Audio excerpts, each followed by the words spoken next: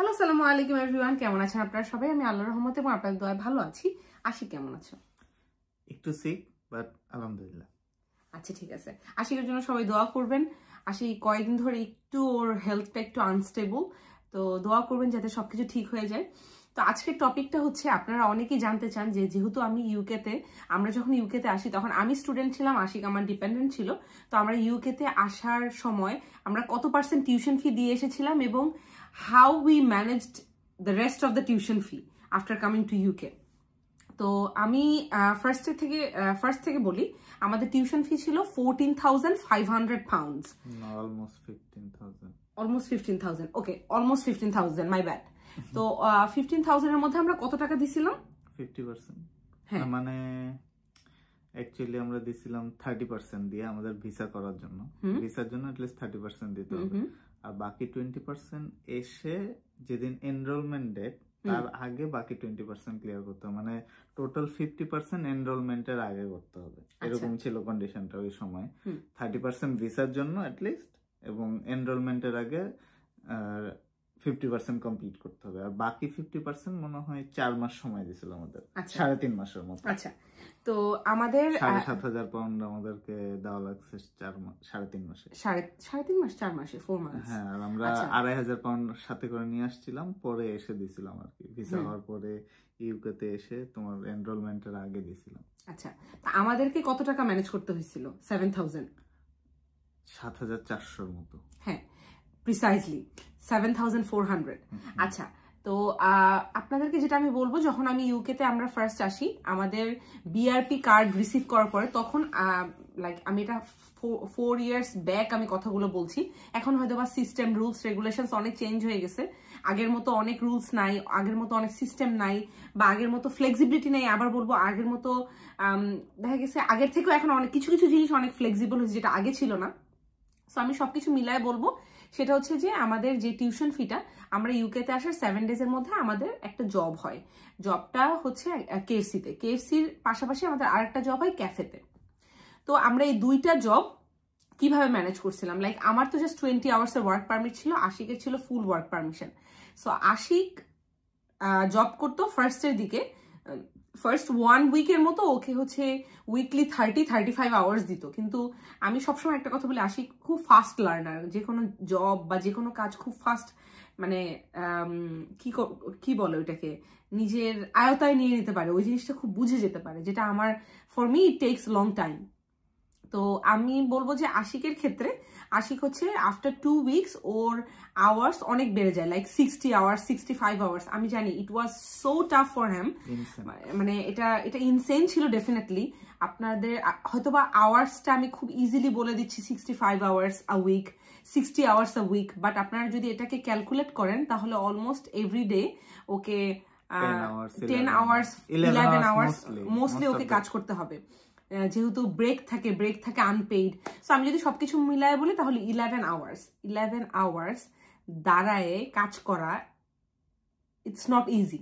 মানে এটা মেবি এখন আমি বলতেছি ইট সাউন্ডস ইজি, বাট যখন মানে আমরা এই কাজটা করতাম, ও মাই গুডনেস, বা যারা people who are doing, definitely বেশি হার্ড ওয়ার্ক করছে। হ্যাঁ, ডেফিনেটলি আমরা কখনো এটা বলবো না যে আমরা হাইয়েস্ট হার্ডওয়ার্ক করছি, আমরা আমাদের থেকে হার্ডওয়ার্ক বেশি কেউ করে না, এরকম আমরা কখনো বলবো না। আমাদের থেকে অনেক অনেক বেশি হার্ডওয়ার্ক করা মানুষ আছে, ইভেন এখনো আমাদের চোখের সামনে নিজেদের ক্লোজ মানুষই করছে, দেখছি। সেটাই তো, ইভেন এখনো অনেকে আছে যারা আসতেছে। আর আমরা তো দেখা গেছে, আমার মেন্টাল সাপোর্ট, আমার ফিনান্সিয়াল সাপোর্টের জন্য আশিকের জন্য আমি ছিলাম। বাট চিন্তা করেন, লাইক ফর দেম, যারা হচ্ছে একা এসে নিজেকে সাপোর্ট করে, ফ্যামিলিকে সাপোর্ট করে, এটা অনেক ডিফিকাল্ট।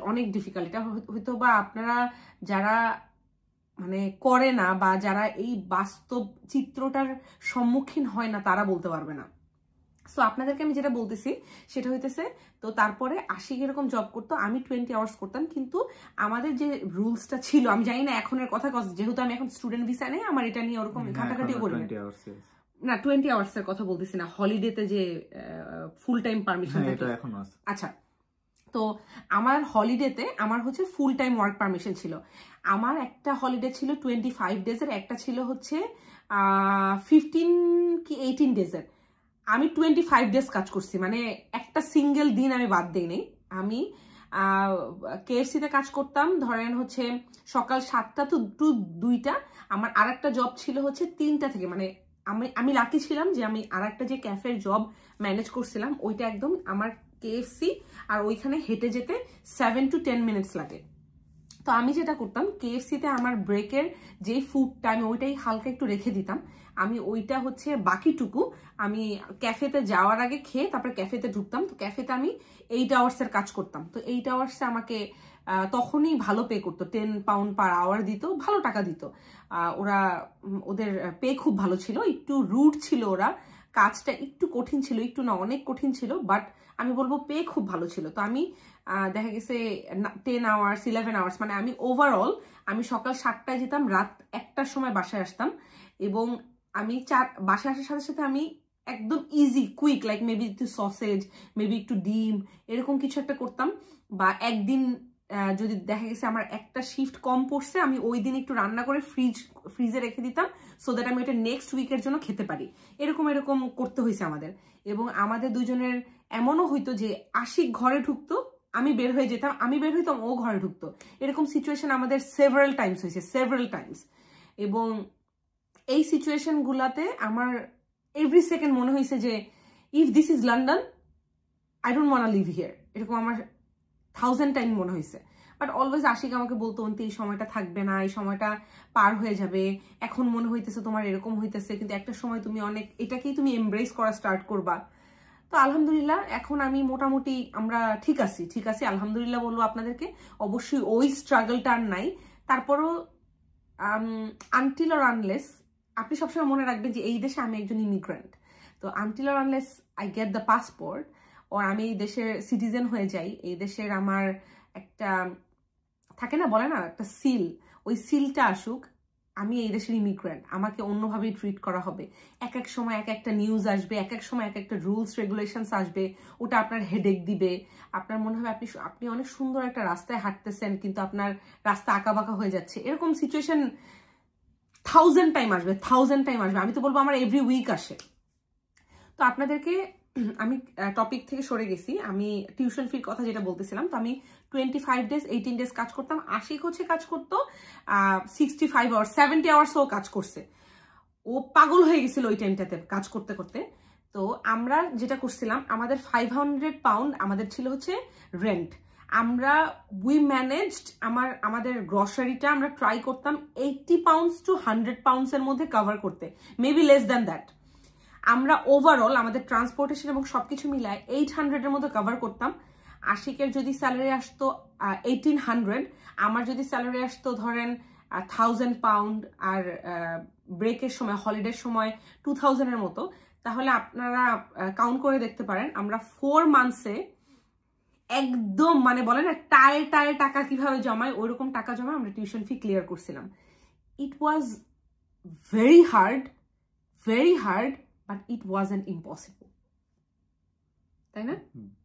তবে তুমি কিছু বলো না। মাঝখানে একটু আমার বুস্ট আপ হয়েছিল, আমি যখন মাঝখানে 2.5 মাসের মাথায় যখন কেএফসি ছেড়ে হোটেলে ঢুকলাম, এখন আমার যে কারেন্ট জবটা, ওইখানে আমার আওয়ারটা অনেক, স্যালারি অনেক বেশি ছিল, ওই জায়গাতে আমার ইনকামটা অনেক বুস্ট আপ হয়েছে।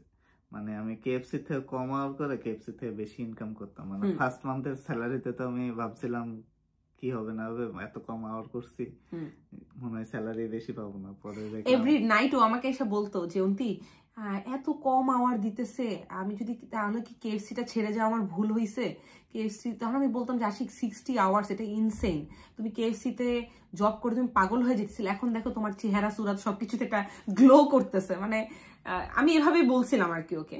তো তখন ও বলতেছিল যে তারপর অন্তি টিউশন ফি কি ম্যানেজ হবে? তো ফার্স্ট মান্থের স্যালারির পরে আমি ভাবতেছিলাম ওয়াই, এক্স্যাক্টলি সো এই তো আল্লাহ চাইলে সবই আল্লাহর ইচ্ছা। এক্স্যাক্টলি।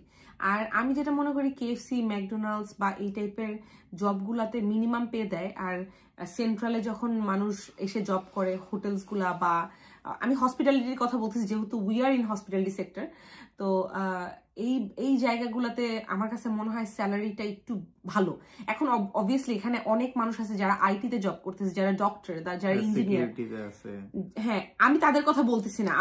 আমি নিজে খুব আহামরি কেউ না, আমরা নিজেরা কেউ আহামরি কিছু না, আমরা খুবই সাধারণ আমজনতা, আমাদের খুবই সাধারণ ইনকাম, আমাদের খুবই সাধারণ একটা জীবন। তো আমি সাধারণ জীবন নিয়ে গল্প করতেছি। আমি অবশ্যই জাস্ট আমাদের এক্সপেরিয়েন্স, এক্স্যাক্টলি। আমরা কথায় আছে না, মানে কথাটা সাউন্ডস মেবি হার্শ, যে আদার ব্যাপারের জাহাজের খবর। তো আমি ওভাবে বলতে পারবো না যে হ্যাঁ অবশ্যই যারা আরো অনেক ভালো লেভেলে আছে, যাদের এডুকেশন লেভেল আরো ভালো আমার থেকেও, আশিকের থেকেও, যারা অনেক বেশি ইন্টেলিজেন্ট, তাদের জন্য life definitely everywhere is like brilliant, তাই না? এক্স্যাক্টলি, এটাই আসলে আমাদের কথা। বাট আপনাদের, আমি last but not the least, আপনাদের যে প্রশ্নটা থাকে যে আপু টিউশন ফি কি ম্যানেজ করা যায় কিনা, আমি একদম স্ট্রেইট কাট অনেস্টলি বলবো যে আমি যদি একা আসতাম, আমি যদি আমার পার্সোনাল কথা বলি, আমি যদি একা আসতাম, আমি জানি না আমি কিভাবে, এটা আমি বলবো এটা ইম্পসিবল। অনেকে করে নাকি শুনছি আমি, অনেকে নাকি করে, আমি জানি না। এটা ইম্পসিবল কারণ আগে অনেক ভাবে ইনকাম করা যেত 20 ঘন্টার বেশি, এখন সেটা ওয়ে হার্ড। আচ্ছা, তারপরে যদি কেউ করে থাকে সেটা অবশ্যই তাদের ব্যাপার। বাট আপনারা যেহেতু আমাদেরকে কোয়েশ্চেন করেন, আমাদের যদি আনসারটা আপনাদেরকে বলতে হয়, তাহলে আমি বলবো যে আমি যদি একা আসতাম কিংবা আশিক যদি একা আসতো, আমরা পারতাম না। সো এই ছিল আজকের ভিডিওটা। কেমন লাগলো জানাবেন।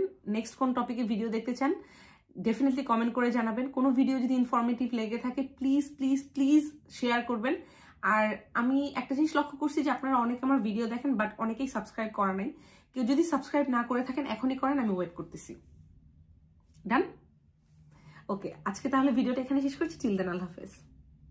আল্লাহ হাফেজ।